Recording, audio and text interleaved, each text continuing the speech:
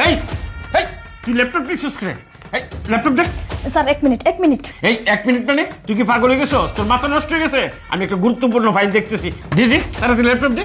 আরে স্যার আপনি একটু থামেন, আমি একটা কাজ করতেছি, আপনার কাজটা জরুরি, তার চেয়ে বেশি জরুরি আমার এই কাজটা। এই তোর কাজটা আরো জরুরি মানে? তুই জীবনে স্কুলে বাড়ি নিতে গেছস?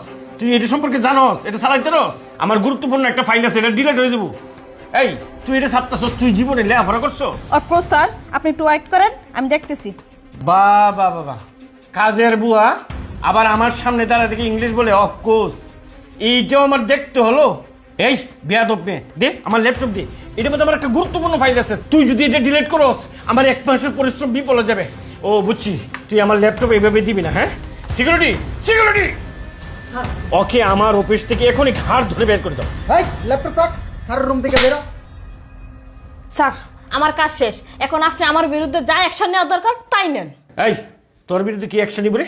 সামান্য একটা কাজের মেয়ে, তবে হ্যাঁ তোর বিরুদ্ধে অ্যাকশন আমি একটা নেব। আমি আজকে তোকে অফিস থেকে বের করে দেবো স্যারকে বলে। জানো সাহেব, এখানে কি হয়েছে? এত চিল্লাচিল্লি কিসের? স্যার বললেন না, আমি একটা গুরুত্বপূর্ণ কাজ করছিলাম, আর এই কাজের বুয়াটা আমার সামনে থেকে ল্যাপটপটা নিয়ে অনেকক্ষণ সময় আমার নষ্ট করে দিল। ওকে আমি কোনোভাবেই বাইর করতে পারতেছি না স্যার। লাস্টে সিকিউরিটিটাকে আনলাম, সিকিউরিটির গালে ও চর মারলো স্যার। আরে বাদ দেন আপনি কাজের বুয়ার কথা।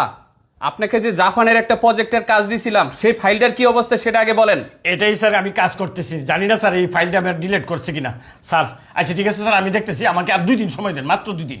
শুনেন, আপনাকে কিন্তু বারবার সময় দেওয়া হয়েছে, আর এই প্রজেক্টটা হলো আমাদের কোম্পানির খুব ইম্পর্টেন্ট একটা প্রজেক্ট। আপনি গুরুত্বপূর্ণভাবে এই কাজটা করেন, আর এইসব আলতু ফালতু বিষয় নিয়ে আপনি আমার সামনে কথা বলবেন না। ঠিক আছে স্যার, ঠিক আছে।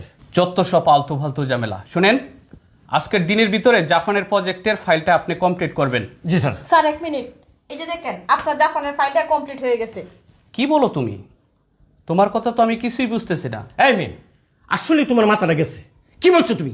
জাপানের ফাইল তুমি কমপ্লিট করছো? জানু সাহেব, থামেন আপনি, আমি বিষয়টা দেখতেছি।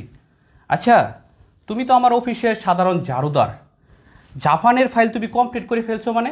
তোমার কথা তো আমি কোনো কিছুই বুঝতেছি না। স্যার আমি আগে দেখি একটু, আচ্ছা একটু দেখি, ওর কথায় তো বিশ্বাস করা যাবে না।